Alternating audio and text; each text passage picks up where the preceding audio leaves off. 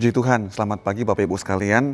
Senang sekali bisa kembali berjumpa dan menjadi doa saya bahwa dimanapun kita berada, kita ada dalam kondisi sehat dan diberkati oleh Tuhan.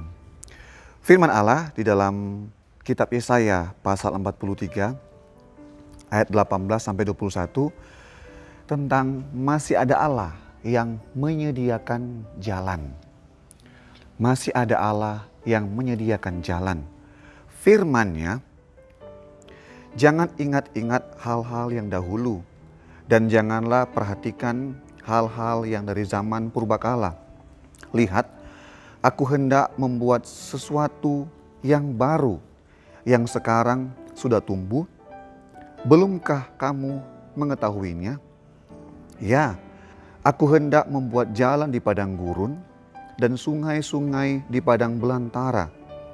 Binatang hutan akan memuliakan aku, serigala dan burung unta, sebab aku telah membuat air memancar di padang gurun dan sungai-sungai di padang belantara, untuk memberi minum umat pilihanku, umat yang telah kubentuk bagiku, dan akan memberitakan kemasyuranku.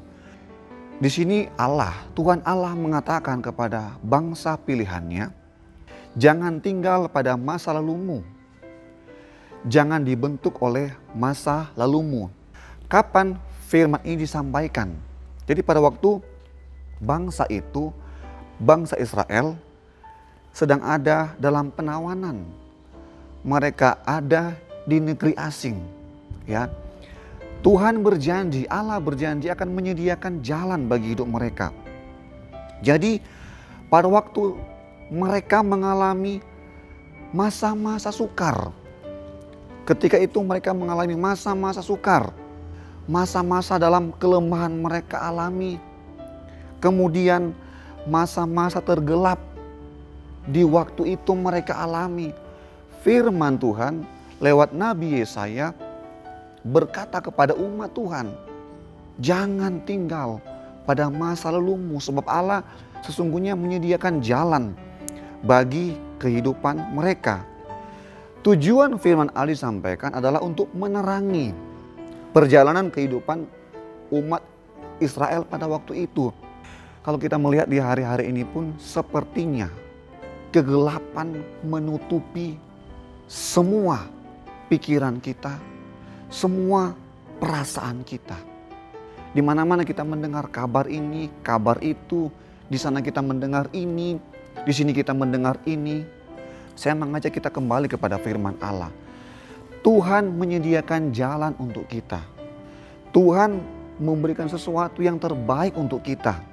Kalau bangsa, umat, pilihan Tuhan waktu itu, Tuhan tolong. Saat-saat sekarang pun, saat-saat sulit sekalipun, di hari-hari ini Tuhan masih mau, masih rindu menolong hidup kita. Kalau kita mendengar kabar-kabar yang beredar sangat menakutkan memang. Tapi mari kita melihat bahwa Tuhan pun tetap mau terlibat di dalam hidup kita. Bukan soal kondisi, bukan soal situasi yang kita fokuskan, yang kita respon. Tetapi responlah perkataan firman Allah. Sebab sesuatu yang bangsa Israel alami pada waktu itu sampai sekarang pun masih Tuhan ingin nyatakan bagi hidup kita. Jadi Bapak Ibu sekalian, ayat 18 firman-Nya, janganlah ingat-ingat hal-hal yang dahulu dan janganlah perhatikan hal-hal dari zaman purbakala. Aku hendak membuat sesuatu yang baru. Jalannya adalah kepastian buat hidup kita. Bukan mudah-mudahan, tapi pasti. Biarlah segala ketakutan kita, kecemasan kita, kebimbangan kita, kita taruhkan semuanya kepada Yesus. Pengharapan kita taruhkan kepada Yesus. Sebab Dia adalah Allah yang memberikan jalan buat hidup kita. Kita mungkin berpikir, siapa lagi akan menolong saya? Siapa lagi akan menuntun saya? Saya kehilangan pengharapan.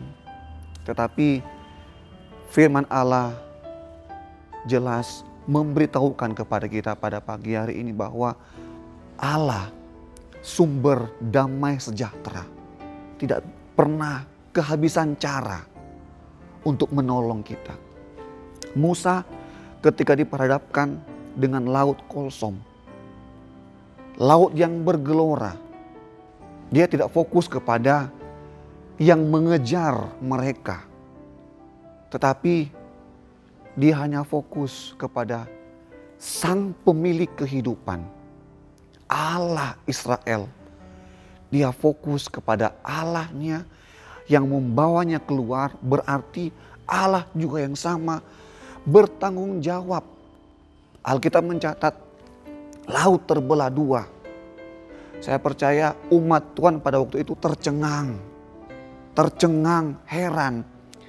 Tidak salah, firman Tuhan berkata, umat yang telah kubentuk bagiku akan memberitakan kemasyuran, kedahsyatan Tuhan. Saya percaya bahwa ketika laut terbelah, mereka bukan hanya heran, tapi mereka memberitakan kemasyuran Allah. Sebab jalan yang mustahil terbuka oleh pikiran dan perbuatan manusia, itu tidak mustahil bagi Allah yang mengerjakan dengan kekuatan kuasanya yang nyata. Semua Tuhan bela, Tuhan tanggung semuanya. Pelajaran buat hidup kita di hari ini, mari tetap berpegang kepada firman Allah, sebab Allah lah yang memegang kendali hidup saya dan saudara. Itulah jadi Tuhan dalam kehidupan kita. Amin firman Allah, mari kita berdoa. Bapa, dalam nama Yesus, Tuhan dan Juru Selamat kami yang hidup, terima kasih karena sesungguhnya Allah menjamin hidup kami, Allah memegang kendali hidup kami. Di saat tiada jalan, kami tidak menemukan jalan, tetapi kami bersyukur melalui firman Allah, Engkau menyediakan jalan bagi kami dan Engkau adalah kepastian bagi hidup kami. Berkati segenap pemimpin bangsa negara kami Tuhan, mari Engkau yang menyatakan kekuatan kuasa-Mu bagi negara kami.